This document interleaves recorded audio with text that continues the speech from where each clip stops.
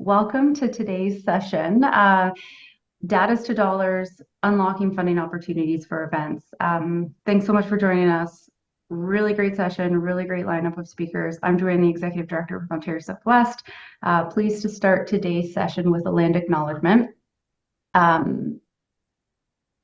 We are operating out of the traditional territories that we're all connected from as we gather virtually across the region together. The relationship between Indigenous and non-Indigenous people in Canada today is at a critical point in history. There is hope that we're moving towards an era of more understanding, appreciation, and responsibility. This event is taking place on the traditional territories of the Anishinaabe, Haudenosaunee, Huron-Wendat, Attawandaron, Lapine, Ojibwe, Chippewa, and Wendat Indigenous peoples, and this territory is covered by the Upper Canada Treaties. We recognize and deeply appreciate the First Nations' historical connection to and stewardship of this land and acknowledge that they are the original caretakers, since time immemorial. We also recognize the contributions of Métis, Inuit, and other Indigenous peoples that have made both in shaping and strengthening this community in particular and our province and country as a whole. We're grateful for the opportunity to live and work here, and we thank all generations of people who have taken care of this land. Ontario Southwest is committed to uplifting and supporting Indigenous tourism in Ontario Southwest and continuing our relationship with Indigenous Tourism Ontario and other industry partners. Please take time to visit Indigenous Tourism Ontario's website to learn more about how to be a good neighbor, links to the 94 calls to action from the Truth and Reconciliation Commission of Canada, and land acknowledgement resource guides, and more. With that, I'm pleased to turn it over to Dave McNeil from the Festivals and Events Ontario, who will be hosting today's session. Thanks very much, Joanne. And I'm Dave McNeil, the CEO for Festival and Events Ontario, and we're very happy to be presenting this series of 4 webinars with Southwest. It's a great partnership. And I really want to get into this session and welcome Darren Winger and Sweety Goswani from the Ministry of Tourism, Culture, and Gaming, who are going to talk about data to dollars unlocking funding opportunities for your events. And the important thing to take away from this is what they're talking about is important for any grant opportunity you're going to do, whether it's through the ministry, whether it's through your municipality, whether it's through the feds. The data is so important in putting your application together, and that's what Sweety and Darren are going to talk about. So without further ado, and leaving room at the end for a lot of questions, I'm going to throw it over to Sweety and Darren to get on with your presentation. Thank you very much. Thank you, Dave. Thank you, everyone, for attending. Darren and I appreciate your time. I do apologize in advance. My voice is not the greatest. I'm coming off a long cold here. Okay, we'll go ahead and start with the first slide. So you have 3 categories for festivals: local, emerging, and mature. So local represents your local population and residents. If a visitor is exploring or visiting destination, they will experience that vibrant atmosphere going forward. So local for local consumption. Not to say that they're not important, they are really important for cultural pacemaking, sense of identity, local DNA. For them, it is, how do you move forward from being local to emerging? So for example, how do you have something that is unique to your region? There will be sources for funding for local festivals, whether it's through community grants or cultural grants. And then you have your emerging festivals, those that necessarily could be local in nature, but they've developed. And now they have a good standing. They've been in the market for a period of time. Now they're saying, you know what, as board of directors, as the executive director, maybe we should start getting into the tourism game, for lack of a better word. How do we track outside visitation? How do we increase tourism spend? How do we work with our hotels in terms of looking at occupancy? How do we generate further revenue? How do we increase tourism spend in local restaurants? How do we develop those partnerships? Then you have mature festivals. They could be your larger ones in a given destination. For example, Kitchener, you have the Kitchener Blues Fest. For Guelph, it could be the Hillside Festival. If in Niagara, it could be the Winter Festival of Lights. If it's in Windsor, it could be the Windsor Film Festival. Those that have been in market for a period of time, that have a proven track record of increasing or lowering, for lack of a better word, but are tracking outside visitation. Now, these are really important attributes for all 3 categories, and the attributes will necessarily change as you move along. So it's important at your festival destination, at the DMO, a BIA, or even a group of festivals to really look at how can you progress. There may be some festivals that want to stay local. Again, nothing wrong with that. But if you're trying to get from local to emerging to mature, you have to look at your travel motivator, your demand generator. You have to start looking at your market penetration. So again, where is your source of markets coming from? Are they coming from the 401 corridor? Are they coming from within an hour? Are they coming from within 2 to 3 hours? Are they coming from a long haul perspective? So if you're looking at TIFF, for example, in Toronto, it's a long haul festival. People come from other jurisdictions. You may have a small niche festival that's going after the Abbotts, and they're most certainly long haul. So again, another grant equity here. Just how much does your festival resonate in the marketplace? Like the Calgary Stampede, boom, it's in Calgary. So these are the festivals that have grant equity, and those are the mature ones. Again, you're looking to move on from local to emerging to mature, you have to look into these considerations. And then you have your budget. Under Experience Ontario this year, we saw that there were tiers. Tier 1 was 0 to 250,000. Tier 2 was 250,000 to $1 million. Tier 3 was larger tiered festivals with an operating budget of $1 million. Not to say again, not to play on categories or budget categories, but most certainly budgets play an element in terms of where you think you're going to fit along the continuum. Research and metrics are also important in terms of moving forward. They may not be important for local, but as you're moving along the continuum, they increasingly become important. You really have to try to nail down in terms of, again, your performance metrics, where people are coming from, your tourism spend, your impact in the community, because that is what the funders will be looking for. It's not about chasing the money. It's trying to find a grant mechanism. It's trying to find a pot of dollars. It's trying to find strategies that will enable you as an event organizer to stay true to yourself without chasing the money. So when you start chasing the money, you start moving away from your objectives. That's when you move away from your strat plan. That's when you move away from being who you are to necessarily get money. And that's where you start spreading yourself a little thin. So again, it's trying to find that sort of match in terms of a program that will enable you to meet your objectives. Next slide, and over to Darren. Thanks, Sweety. I'm not going to read everything on the slides, but I'm going to do a lot of talking and storytelling. But with this slide, a couple things to keep in mind is one, stay true to your local DNA. As we talked about, there's various grants, whether it's Experience Ontario, previous was Reconnect or Celebrated Ontario. There's municipal and federal grant opportunities. Stay true to your DNA when you're looking at grants, and don't try to fit yourself into a tight box, because there will be a fit for you in some grant opportunity out there. Maybe the one that you're looking at currently isn't the best fit, but there are resources that can help you grow and move along that pendulum from local to emerging to mature. But it's not bad if you're just going to be a local festival. I think of in my area, I'm based in Windsor, the Essex Fun Fest is an incredible local event. It has some regional draw, a bit of a tourism draw per se, because it's drawing people from outside of 40K, but it's a homecoming event. So everyone knows who has lived in Essex in the past. They all come home, they stay at friends and relatives. Some are staying, in campgrounds, that type of thing. But, it's a great local event. So why, if something is working, let's just work with it, and then let's work with the proper resources to find, the appropriate government funding. You may see a couple of comments there about 24, 4, and 14. So when you're devising and looking at your event, and especially from a tourism lens and travel motivator for attendees, you're looking at 24 hours in a day, 4 hours in the day for rest and relaxation, and then 14 hours of programming and activation. So when someone is coming from outside of your community to your community, are there 14 hours within your festival and other ancillary events, or shopping and dining and other experiences in the community that can fill up that day? Because that's what, when someone is coming from outside of your community, they're looking at filling their day of many things and not just one thing about going to a festival. Next slide, please. Another thing that you really want to look at is that the second bottom bullet point about programs are not entitlements. So if you have gotten the grant once last year, 3 years ago, it's not necessarily going to be guaranteed that you're going to get it every year. So you really have to look at the priorities and the criteria in a grant because they do change over time. It's very important. A couple things that you can start off with. What is your elevator speech? Do you have an elevator speech? And who knows your elevator speech?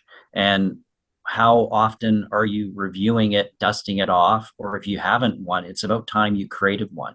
It's very important that when you think of the elevator speech going from the 10th floor to the first floor, you have 15, 20 seconds to capture the attention of the person you're talking with.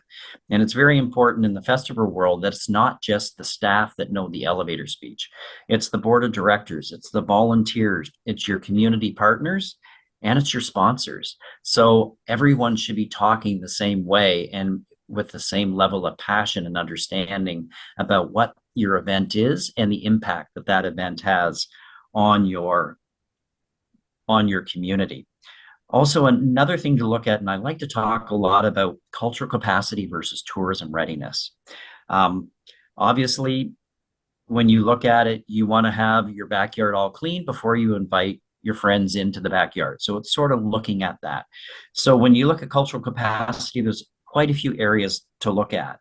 Your HR capacity with staff, their training and development, what are their skill levels, and do they have the ability to go out and create those partnerships in the community? From the board, what is the makeup of the board? Do you have lawyers? Do you have finance people? Do you have marketing people? The diversity of the board, but also board governance, and are they following the new updates within ONCA, the Not-for-Profit Act? Policies and procedures, are they in place for emergency management? And we'll talk a bit later about risk, and emergency management policies truly come into play there, and harassment and bully policy, because you're dealing with volunteers. The financial capacity, not only just your bank balance, but also your audit. Many grants now, you have to have a certain level of audit.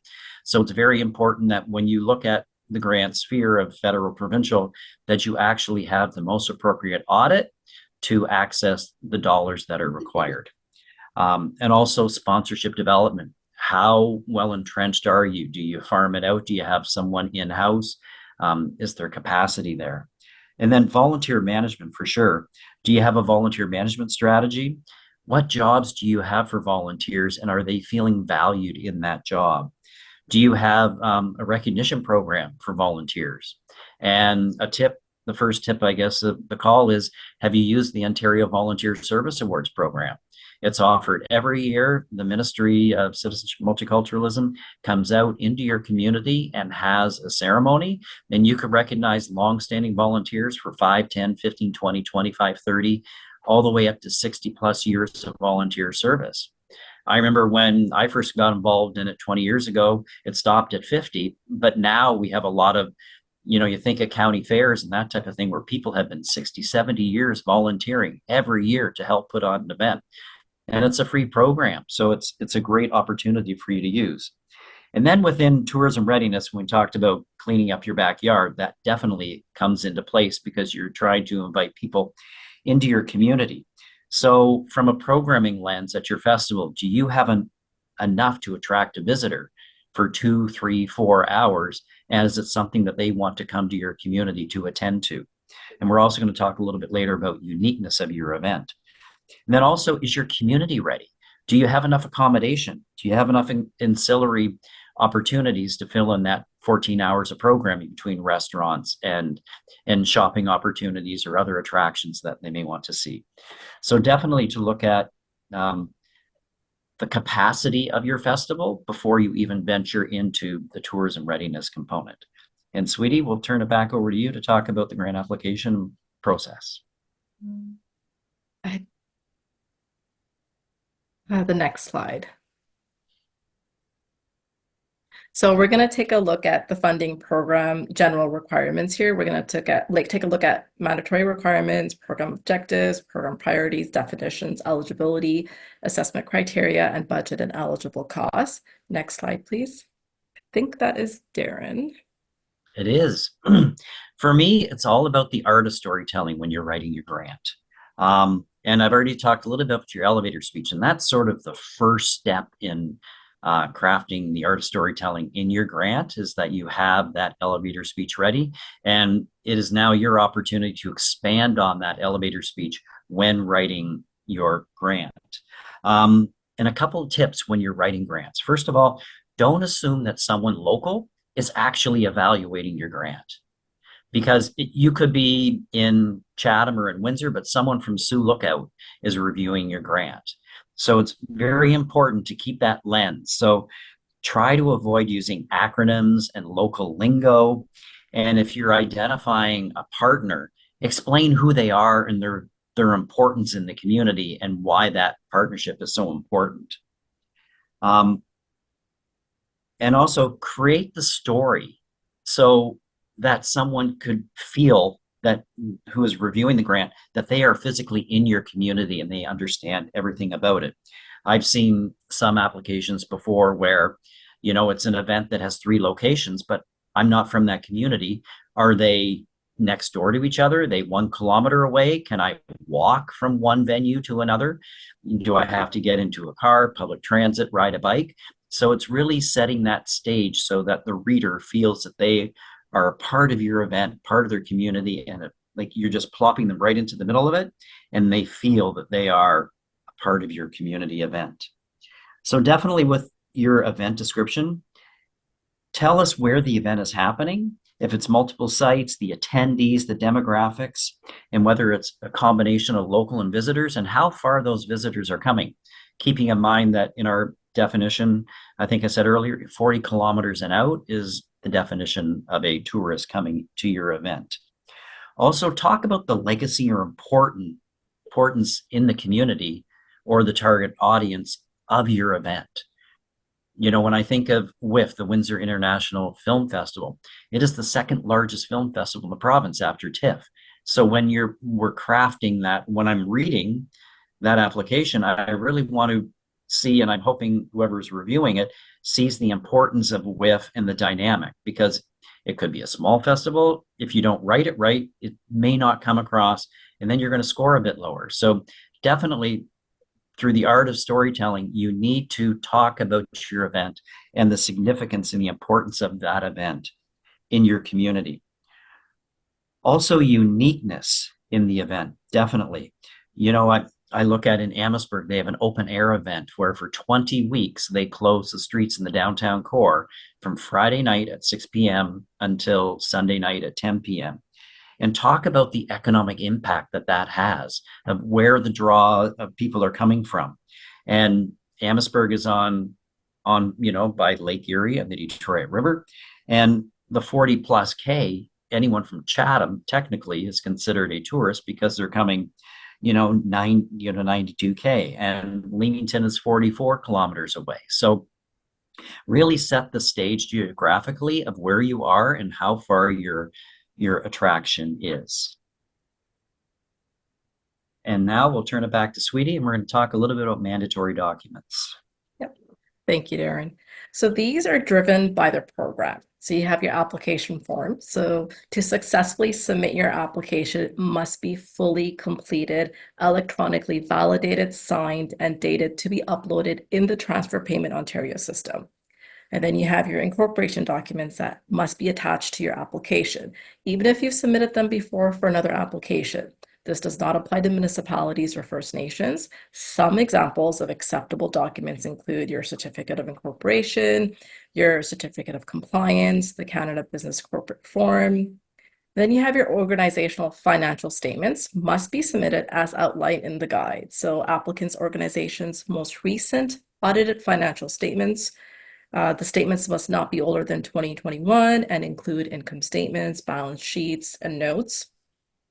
So these are going to be in the Transfer Payment Ontario. If you submit your application without the required financial statements, you will receive a warning in the system.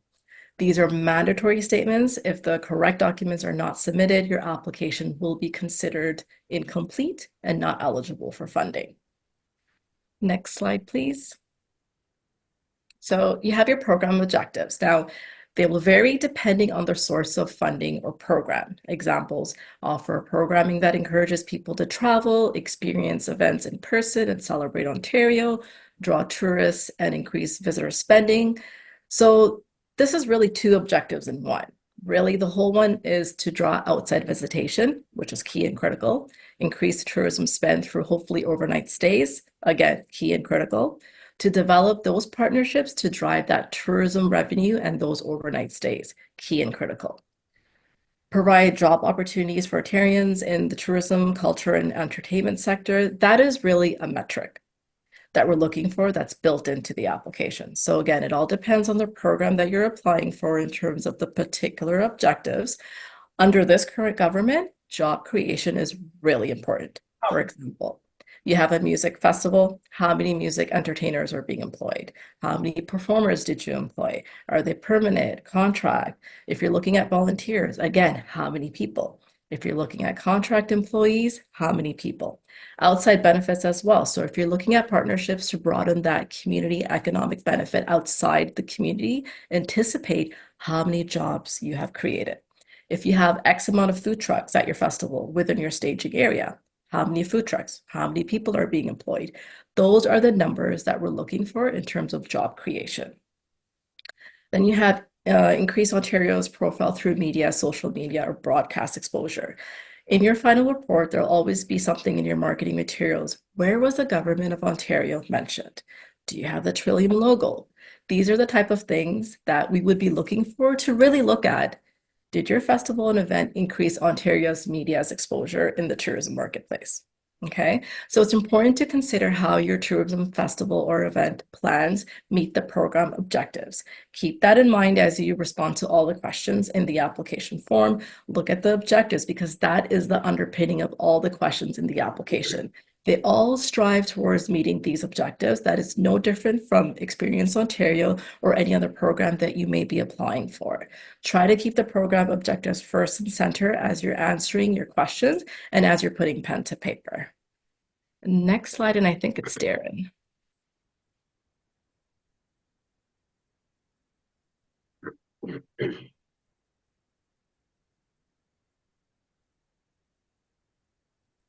Yes, and as we've mentioned before, depending upon the program, whether it's federal, provincial, municipal, could be your local regional tourism organization, priorities will change, not only between program from year to year, but even differences between grant programs between the province and the federal government. So these are just some of the priority areas. And obviously, the stronger the event will have a combination of many of these program priorities. So when you're looking at the design phase of your event, try to ensure if you want to go for future funding opportunities that you're hitting 1, 2, 3 or more of the priority areas. Sweety, back to you. Yep, thank you, Darren. So this slide is applicant eligibility to see whether you meet those, and that is going to be clear and concise in terms of what the program is looking for.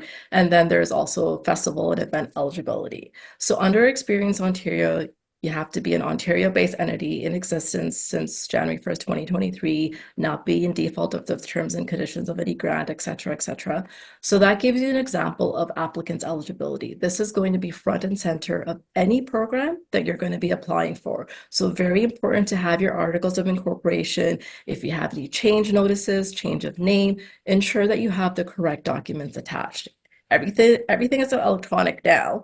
So if your date doesn't match, your articles of incorporation or your application name doesn't match the legal entity, if there's any discrepancies, program may deem you ineligible. So keep up to speed in terms of your applicant eligibility and proof of status. Then we have our festival eligibility, which takes place between April 1st to the following year of March 31st over a minimum of 2 days. Each day must have minimum 5 hours of programming. We operate on a fiscal year, not a calendar year. It occurs in the province of Ontario. Now you'd be surprised. Sometimes we receive applications for festivals and events that are not in Ontario. It's in the application. It needs to take place in Ontario. Be open to the public at large without membership in a club or group. Be promoted to tourists or geared towards tourism. Previous year's attendance must include tourist attendance at 30% of overall attendance or 5,000 tourists. There were a number of festival and events that didn't have that threshold and that sort of self-selected themselves not to apply. This is what the criteria was this year. Not to say next year their criteria is not going to be there again. Don't know whether there's going to be a change, but it's important to read the criteria. Have been held at least once in the previous 3-year period. Previous years, for example, Celebrate Ontario was open to new events. This year it wasn't. It had to have taken place over the last 3 years. So keep in mind, programs may change in terms of what they're looking for. A lot of the time, evaluators, like Darren said, they don't go into the past application, your past final reports. They don't know what the file is all about when they're getting it to evaluate. So put yourself in their shoes. They don't know anything about your event. So for example, I'm in the London office. There may be a festival out of London that has submitted an application. I may or may not be evaluating your application. So if it's someone in Ottawa, for example, that's evaluating, they probably know nothing about the festival and event. So it's all about the information as contained in the application and how you move your best foot forward. You have to assume that they don't know anything, and that's really a good lesson to learn on any program that you're applying for. Really try to put them in your shoes, that the evaluator knows nothing. Put them up a learning curve, paint them a picture, like Darren said, give them a narrative about what your festival event is, what your objectives are, what's your performance metrics, what's your budget. This approach will help present your best case. On to you, Darren, for organizational capacity. Okay, thank you. Yes, one thing that all funders are looking for is what is your track record in actually executing an event? And in Experience Ontario, for example, a first-time event isn't eligible because we want to see a track record of running an event the last 3 years. So we want to ensure that the core business is actually staging and running events. We want to have a look at your revenue generated from staging events, including the attendance, the operating budget, the earned revenue, and percentage of growth over the past couple of years. Definitely looking at your fiscal management and governance, and explaining exactly what your financial management strategy is, how you monitor and review, your organizational planning and oversight and approval process, and are you reporting back successes to your sponsors and funders. Next page. And here, definitely, do you have the capacity to deliver? And what are the skill sets of your staff and of your board of directors, your volunteer base that are actually leading the key initiatives of your event? So for example, who is doing the operations and logistics and the programming, the safety and security? And what is their track record in running that organization, and any successes from them running their particular area? We want to see that and clearly identified. And obviously, the revenue generation and fiscal management and marketing are definitely a key that we want to see that you have some experience, especially when we're looking at tourism products. And one of the major areas we'll be covering coming up is actually your marketing plan and your media buys. Next page. Now we're going to get into the storytelling component of your event description. So definitely you need all of what's listed there in red definitely to be highlighted. And this is your chance to actually get the evaluator to feel that they're in your community, they're at your event, they know how many days and how many hours of programming there are, the different types of programming that you actually have. Is it a ticketed or non-ticketed event? When I come to your event, what services are on site that I may need? And definitely an AODEA compliance about, I may have special needs, and do you have the needs that can assist me to actually maneuver around the site? And another thing definitely is to talk about the unique features of your event that sort of make your event stand out, maybe within your community or even across the province. And many who know me, I'm heavily involved in cycling, so I'll give you an example of bike valets. So talk about 2 different festivals and their 2 different approaches and the benefits of them having it. So in Guelph, there's a Hillside Festival, and it aligns truly with their mandate. We talked about mandate in the previous slide, because the mission and vision of the festival is to be environmentally conscious, non-commercial community celebration.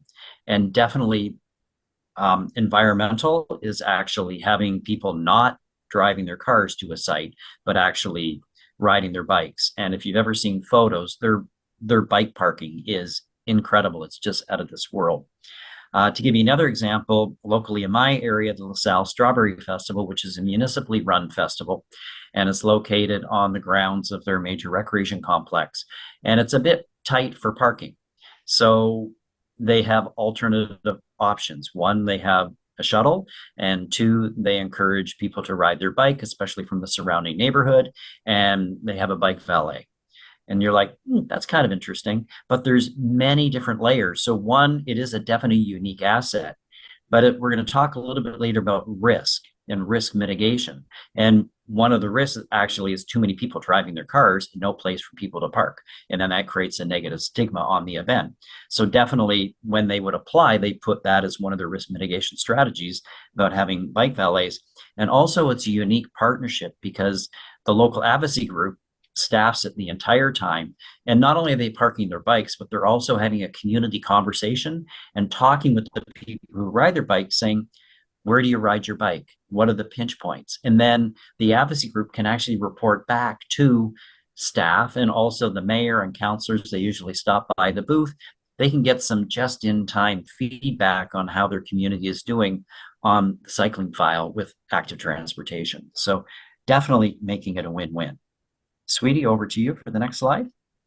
Thank you. So we're just going to continue on with the slide here. So you have to demonstrate how your event meets each of the program objectives. So including encourage people to travel, increase Ontario's profile through various media channels. Now, don't simply offer a checklist without explanation. Explain how you meet each objective with rationale. So when you're completing your application, make sure you address the 5 W's: who, what, when, where, why, and how. It's crucial to cover these aspects thoroughly. So who's involved? What is the event about? When will it take place? Where is the location? Why is this event important? How? How are you going to manage this event and bring it to life? Remember, details, details, details, and watch that word count. Once your application is ready, before you submit it, another tip here, before you submit it, have someone outside the festival and event industry review it. If they can clearly understand your concept, budget, and the festival's purpose without any questions, you likely have a strong application. If they come back with questions, revisit, refine your application until it is clear and comprehensive, because a strong application will not have further questions. And then we take a look at risk management. You need to identify a minimum of 3 risk factors for your event and provide full details for management of and mitigation plans for each risk. So 3 risks that could potentially impact your event. We want to know what the risks could be and how you will mitigate those risks. For example, if it's a ticketed event and it rains, do you have a refund policy? This past summer in London, a turnkey festival called the Great Outdoors Comedy Festival was going to take place at Harris Park in London here. It was canceled due to significant flooding from the Thames River. They tried to work with the city to find a way for the show to go on, but were unable to ensure a safe and enjoyable environment for everyone. So the festival wouldn't be coming back now until the municipality works on the issues that were identified. So in this scenario, the tickets were refunded. So I think, Darren, you had another example, right? The Pumpkin Festival one? Yeah, the Port Elgin Pumpkin Festival was probably about 10 years ago, but overnight between the Saturday and Sunday event, a tornado went through and they had to quickly, flip the site and make sure it's safely secure and, get the tents back up and running. The one challenge was that the tent company was from Windsor. So that was a bit of a hike to get up to Port Elgin. So it's, in the middle of the night, the communication strategy and getting them there on a timely basis and getting it up and running so you could open up for the next day. So definitely having those plans and even the communication plan if something like that happens with your suppliers, to have their, cell number now. So just in case something happens off hours, that you can have a quick way to get a hold of them instead of going, oh my God, what do I do? I don't know how to do it. So that was definitely a fun situation. But definitely with the risk management, talk about your mitigation strategy to lessen the concerns to ensure that your event can be successfully completed. Yeah, next page, please. One of my favorite parts is looking at the marketing plan in any grant. And we have some examples here of what one application has put in the past. And one of the key things in the marketing plan here is the next part of the question is actually open-ended and you get 2,000 characters, whatever, explain the reasoning for your marketing plan. And always remember that the person who is reading it may not understand because they're not from your community. For example, I'm going to do a radio campaign in Kitchener-Waterloo on Chime FM. Well, I don't know what Chime FM is. Is it talk radio? Is it jazz? Is it blues? Is it rock? Is it, easy listening? And how that demographic that listens to that radio station aligns with the demographic you're trying to achieve within your marketing plan and your marketing strategy. Also, we have to evaluate what you actually write down. So when I look at this screen, a couple things jump out as me if it isn't explained further down. What is the Eat Drink magazine, this RTO cooperative ad magazine? Is it a local publication? What is the reach of the publication? How many issues of the publication? And even the next box down, the farmish foodie. What is that? I have no idea. If you don't explain it, we can't give you credit in your strategy because we don't understand what it is. So always have that lens that don't use local lingo and don't assume that people understand what you're doing. Use the word count to actually explain and execute your marketing plan. And again, also if it's a targeted buy versus a run-up schedule, if you're working with a radio station or, a print station and they're giving you 2-to-1, giving you a large amount of in-kind, talk about, what your media buy is going to focus on, and then also what the in-kind component, because that's going to be more run of schedule and evening and overnight, that type of component. So explain that a little bit further. Next slide, please. And with partnerships, partnerships are a two-way benefit. So it's a benefit to the festival and it's also a benefit to the partner. And it's also an opportunity, the festival, for a cash benefit and an in-kind benefit. So just remember that the cash benefit is an influx of cash to offset your budget costs, and the in-kind is to offset festival cash expenditures that you don't have to spend on something. You now can spend it on something else. And I thought I would share an example of a partnership before going on in the slides. So let's look at the Windsor Jazz Festival. So the Windsor Jazz Festival is a 3-day jazz festival, and it's held at Windsor's Festival Plaza.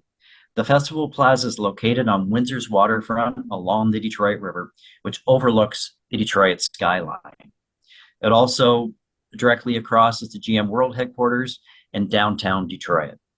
On the Windsor side, the Festival Plaza is located right across the street from Caesars Windsor Casino and within 2 blocks of the Downtown Windsor Business Association and the Stellantis Chrysler Canada World headquarters.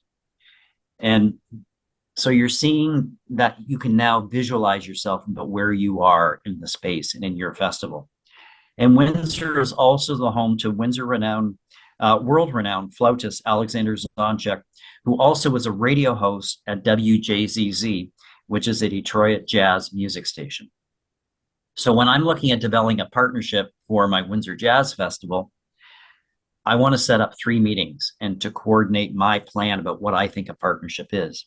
So the first meeting obviously would be with Alexander Zonchuk from the artist perspective and also from the radio host perspective, and to see if he would be available on our jazz weekend to perform either on the Friday night or the Saturday night. Once you have that secured and the commitment and understanding what the financial need is for him to perform, then I will go to the casino and tie in the Downtown Windsor BIA. And what I would like to do is to create a hotel Downtown Windsor package. And then my next step would be go to the radio station.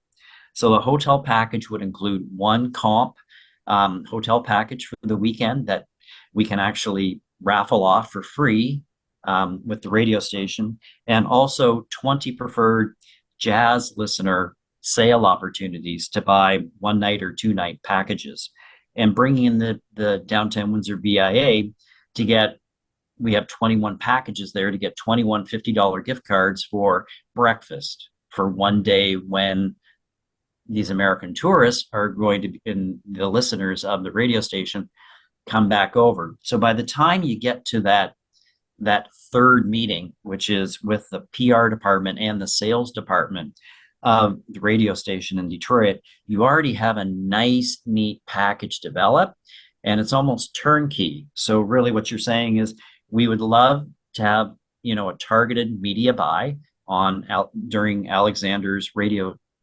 show.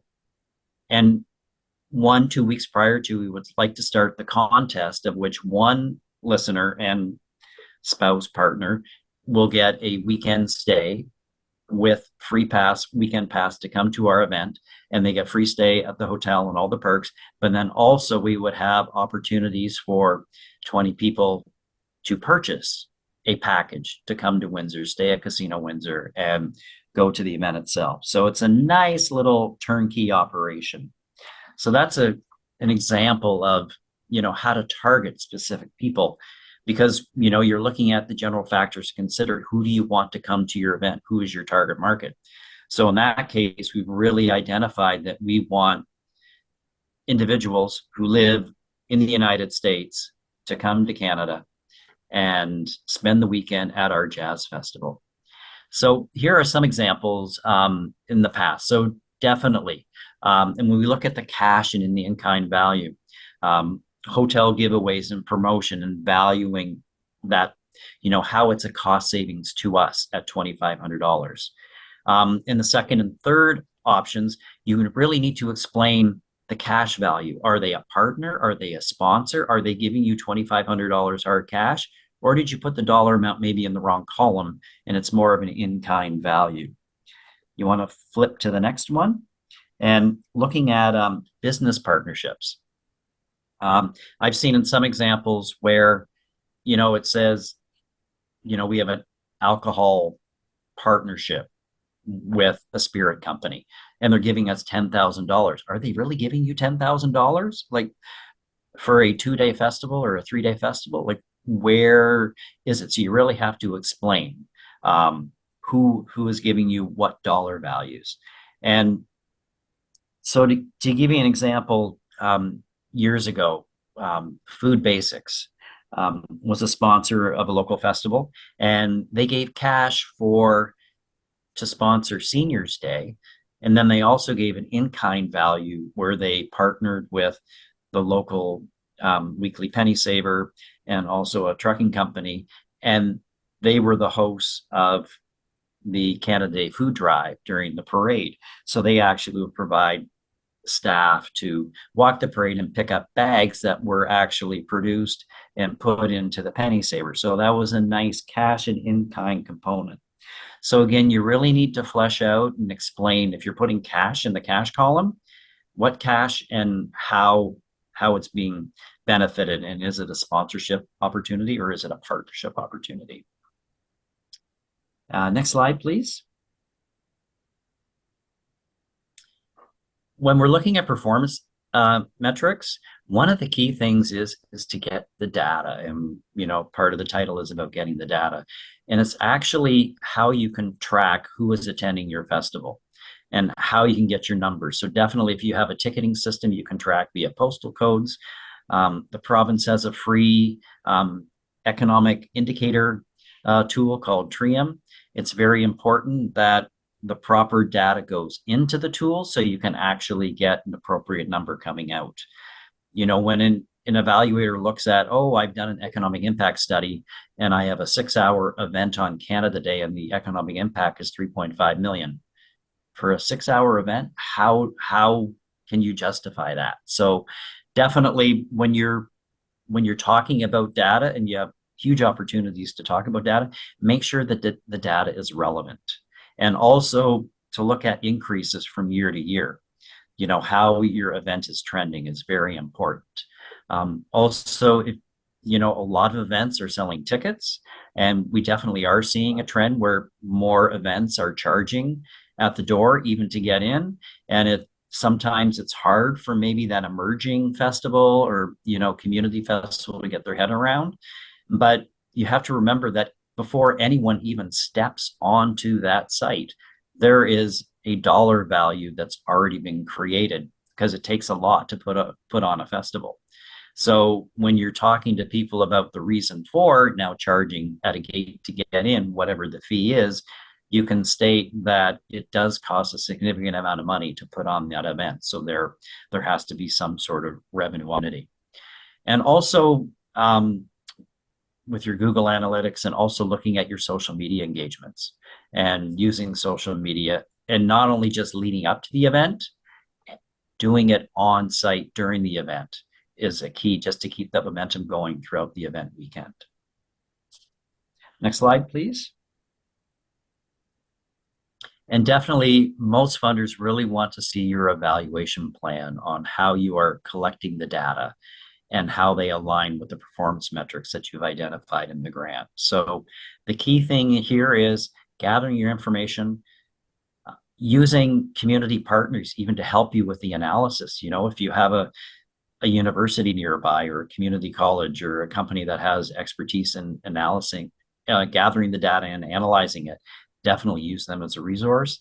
And then disseminating that information to your funders, to your board of directors, to your corporate sponsors. Make sure that the whole circle is complete, that you're tracking, and also getting that information out to all areas, because it will help sell your festival in the future. Next slide. And always the key thing is, the first thing I love to do, and I encourage all applicants to do, is print off the guidelines. And every time there's a bullet point, consider it a checkbox if they don't put checkboxes there. So when you're going through the eligible expense list, check everything off as you're going through it, just to make sure that all your expenses are eligible for the grant. And also another tip is, if you're going to have an expense in the budget side, make sure you talk about that expense somewhere in your project description, or it has to align.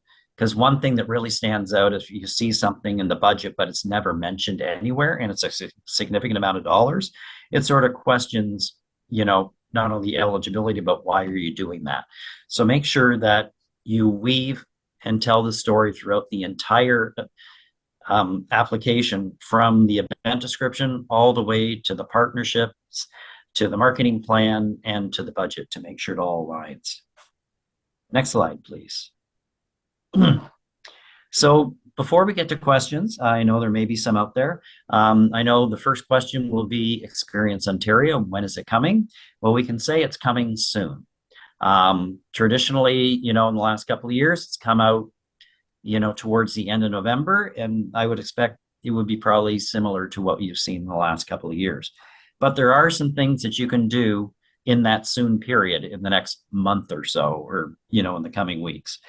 So definitely, one, take a stab at storytelling and craft your story, because that will help you start thinking about the art of storytelling when you're writing your grant. Flesh out your marketing plan and start talking to your media partners on, you know, the cash in and the in-kind, and what your media buy could look like, and how they can partner with you. Get out and create your event partnerships. Time is now. It's not when the application comes out, because sometimes applications come out and, oh my God, I have 3 weeks, I have 4 weeks to do it, and you're just totally time crunched, and it could be end of year, it could be end of fiscal. There's a lot of parameters in there. So it's always good to make sure that you're ready to run when the grant opportunity comes, and you're not going to run off your feet once that grant is issued. Reach out to your regional development advisors, and we'll ensure that when Emma sends out the follow-up and the link to this video, that there's actually a link to who your local regional development advisor is. And give us a call and chat about your event and your future plans. And, you know, obviously that's a relationship also that you want to have if you're applying for a provincial grant, because if you have any questions, they're your resource to go back to and ask the Q&A. Also, I mentioned earlier about the Volunteer Service Awards. So the Volunteer Service Awards deadline is November 15th. So if you just Google Ontario Volunteer Service Awards, it's a great program, and it's free, and you can recognize longstanding volunteers in your organization. And finally, put a smile on Dave's face, but the FEO award submissions are live right now. And I'm on the committee, so I would just love to see a lot of nominations come in, not only for the top 100 designation, but there's a whole series of other categories that you can look at. So please check out the FEO website and start your submissions, because I know that deadline is coming up too in the month of December. And now I guess we'll turn it back over to Dave and Joanne. Yeah, so I'm looking in the chat. I don't see any questions, so I'll start off with a couple. Start one for you, Darren. These applications take time, energy, and thought to put together, as you've explained. It's cut and paste is not your friend in this situation. And I know a lot of organizations that simply go cut and paste. I got the grant last year. It was a good application, cut and paste. On the reverse side, I know other organizations that didn't get a grant, but they still cut and paste. So it's important to figure out what the questions are asking, and I throw that over to you. Yeah, well, first it's looking at the criteria, because the criteria do change. So cut and paste doesn't work all the time. And that's why I strongly encourage, once the grant comes out and you've read the criteria and you've read what costs are eligible, is actually just to touch base with your regional development advisor and talk about what your plan is for the grant. And we can answer, any of the questions that you have about the fit for the grant per se. Because, as you said, cut and paste doesn't work from year to year. And also, just because you've gotten 1 year doesn't mean you're going to get it the next couple of years. And again, it's how you write the grant and how you sell what you're planning to do in that coming year, keeping in mind that someone local may or may not be evaluating it. So you really have to wordsmith it properly and tell your story about the importance of that festival to your community and the economic impacts that that festival has on the community. And that sort of leads into a question I'm going to throw over to Sweety. And you mentioned it in your talk about word count. And word count is important because on some boxes they might be looking for a 25-word answer. Another box they might look for 10,000 words. So, in the 10,000 word box, they're not looking for a quick 1,000-word answer. They're looking for description and detail into the event. Can you talk about the importance of word count and following that? Yeah, so again, just following what Darren said, you really need to read the question and really understand what the question is asking in order to respond, right? So within the question is kind of your answer, and that's how you're going to form your answer. And then you also have to be cognizant of the word count. You don't want to go over, you don't want to go under, but it needs to be enough that gets the point across, answers the question the way, we would want if an evaluator is reading it. If I read it, I totally understand it and I get it, right? So you don't necessarily, sometimes people think that because there's a word count, I have to go right to the last little number. If it's 250, I'm just throwing a number out there, a 250 word count, I have to go all the way to the end. No, you can still answer the question, and it could be just 195, right? But really the importance, we cannot stress enough of read the question, really understand what we're asking, and then reply. Your answer should kind of just go out to the question was asking X, Y, and Z, and this is how I'm gonna respond. Whether you have to make sure that you don't go over, obviously, because then that's not gonna help anyone. But it doesn't have to always, you don't always have to go right to the last digit.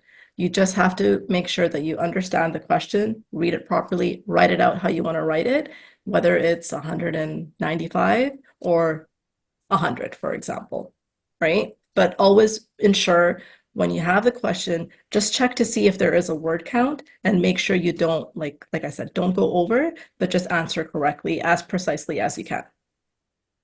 And if you don't understand the question or you're questioning yourself on it, that's when you can reach out to the grant administrator, to the regional development advisor, to the staff person to say, am I understanding this correctly? Because that way they're a resource for you just for clarity's sake, and then you can go in and answer the question. We have a question here from Marie, and I used to work for a festival and now work for RTO. So I know the value of the Experience Ontario grant, but I also know some of the pain points of applying from an operator's point of view. Can you address the Achilles heel for festivals and events, the marketing plan? When to start, how many media placements and partners, how many of each kind? So when to start depends upon the event and, the reach of the event and how far, are you trying to get, people to come from how far of a distance away. So that I think it's hard to pigeonhole to say, 1 month, 2 month, 3 months, but it really will depend upon the event and whether you're a local, emerging, a mature, if you're a definite tourist destination. So definitely that's the hard part. The media placement of partners, for us looking at it, we just need to understand that there's a fit for the media that you're buying and it aligns with your strategic plan. So obviously events will have a marketing plan. Some are sophisticated, some are not, but you're actually using the most appropriate media to hit the demographic that you want to attend your event. Does that help you, Marie? It does. Yeah, it does. I just wanted to hear you say something on the subject because, it's often comforting for festivals and events to hear that it really depends on how you position yourself, when your event is, and yeah. But I always used to say, like, get started like as soon as possible on that marketing piece because that'll trip you up in the end. Yeah, Definitely. Like the planning, like when I used to run events, I started planning the month after, my next year. yeah. And, like it just never stops. It's just the wheel, the wheel, dog chasing the tail type thing. But you want to, start, when my event used to be in July and by September, my plan was pretty much set. And then, November, December, I'm already starting having meetings with my marketing, with my, my radio, the TV, the print, those type of partners, not only to see, about the media buy, but on the public relations side about how we can develop some new partnerships that can actually enhance the marketing of the event, whether it be local or broad. And that's why even, the partnership I use with Alexander Zonchek, that just doesn't happen overnight. So, it's like, oh my God, I have a deadline in 4 weeks. I have to develop partnerships. Well, no, that partnership should have been done months ago so that when that funding opportunity comes out, that it's just plug and play. You already have that in motion. You can just write it into the grant and explain it. So it's getting into that mindset for event planners that it is 365 days out of the year, and you just don't stop and start 6 months later and think you can put an event together, especially one that's going to attract tourists from, outside of 40K. That can't be done in 3 months or a month when a grant opportunity comes up. So. And Darren, sorry. Go ahead, Marie.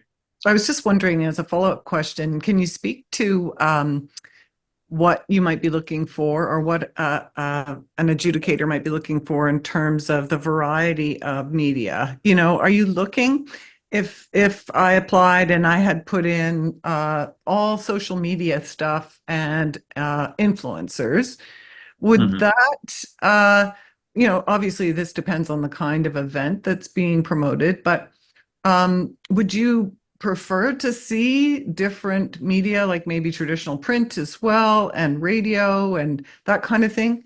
What's your advice about sort of fleshing it out and tapping into many streams of media versus a limited number? Yeah, I would say it's up to the event. I'd like to see a nice mix. There are some festivals, more the local ones that are more traditional and not into the social media part.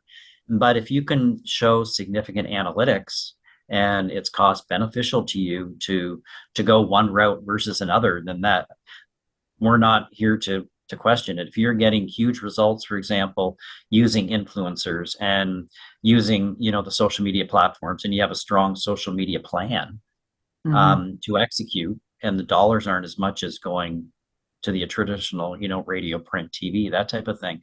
If it works for your event, that's what we want to see, and to ensure that you're getting value for dollar. Definitely. Okay, thank you so much. Any other questions? I don't see anything else in chat, and just keeping track of time. I really want to thank Sweety and Darren for for their presentation. I think it was a really in-depth presentation with a lot of good information, and it's going to be hosted on Southwest Ontario site, and we're going to also host it on the FIO site. So thank you very much for your presentation. And it's very important. You're going to get some looking for feedback on the session and what you thought of it. And it's going to be coming out Friday. So it's important to send that information back so that we can, we can keep bringing you important and relevant information. So please fill out that feedback form when it comes.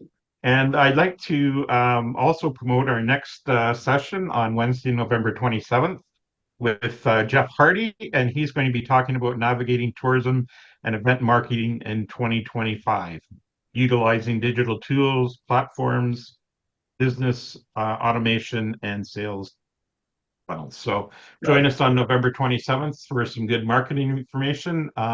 Thanks everybody again for joining us, and thanks Joanne for making us part of your organization. We really enjoy the partnership and working with you.